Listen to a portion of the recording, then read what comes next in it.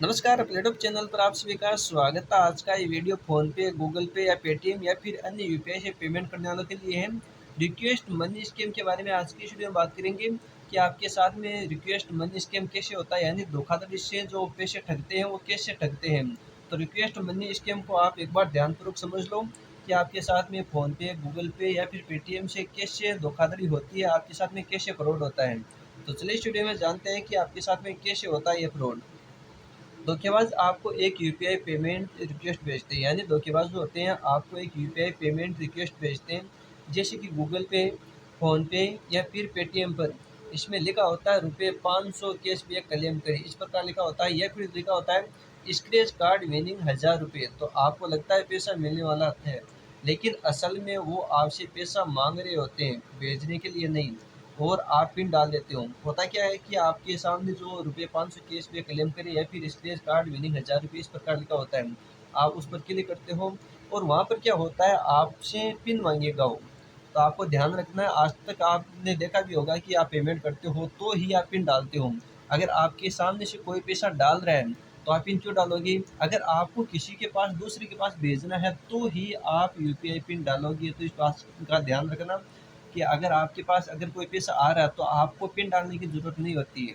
तो सबसे पहले तो इस वीडियो को ज़्यादा से ज़्यादा शेयर ज़रूर करें, ताकि और भी धोखाधड़ी से बच जाए।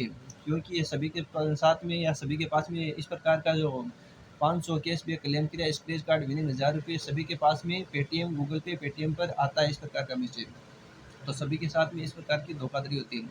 इसमें लोग क्यों फंसते हैं कि जो रुपये 500 से 1000 जैसे छोटे अमाउंट होते हैं, लोग जल्दी विश्वास कर लेते हैं। भाषा चतुराई से लिखी होती है, जैसे कैशबैक रुपये 500।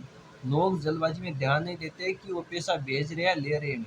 तो आपको याद रखना है कि अगर आप पैसा भेज रहे हो तो ही आपसे यूपीआई पिन जो पिन होता है वो डालना होता है। अगर आपके पास में पैसा आ रहा है तो आपको पिन डालने की ज़रूरत नहीं होती है।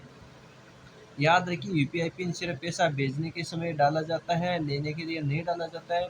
पिन सिर्फ तब डालें जब आप खुद पैसे भेज रहे हो, यानी दूसरे के पास अगर आप पैसे भेज रहे हो तो ही आपको पिन डालना है। हमेशा रिक्वेस्ट और सेंड में फ़र्क समझें।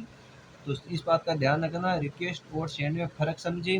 अगर आपके पास में पैसे आ रहे हैं तो आपको कोई यूपीआई पिन नहीं डालना होता है। अगर आप किसी के पास पैसे भेज रहे हो तो ही आप यूपीआई पिन डालते हो।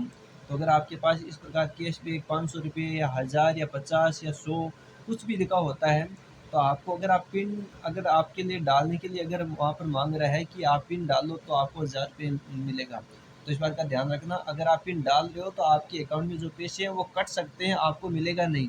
अगर आपके पास पैसे आ रहे होते हैं यानी आने वाले हैं तो आपको पिन डालने की ज़रूरत नहीं होती है। अगर आपके पास कोई कॉल भी आए तो भी आपको पिन नहीं डालना है।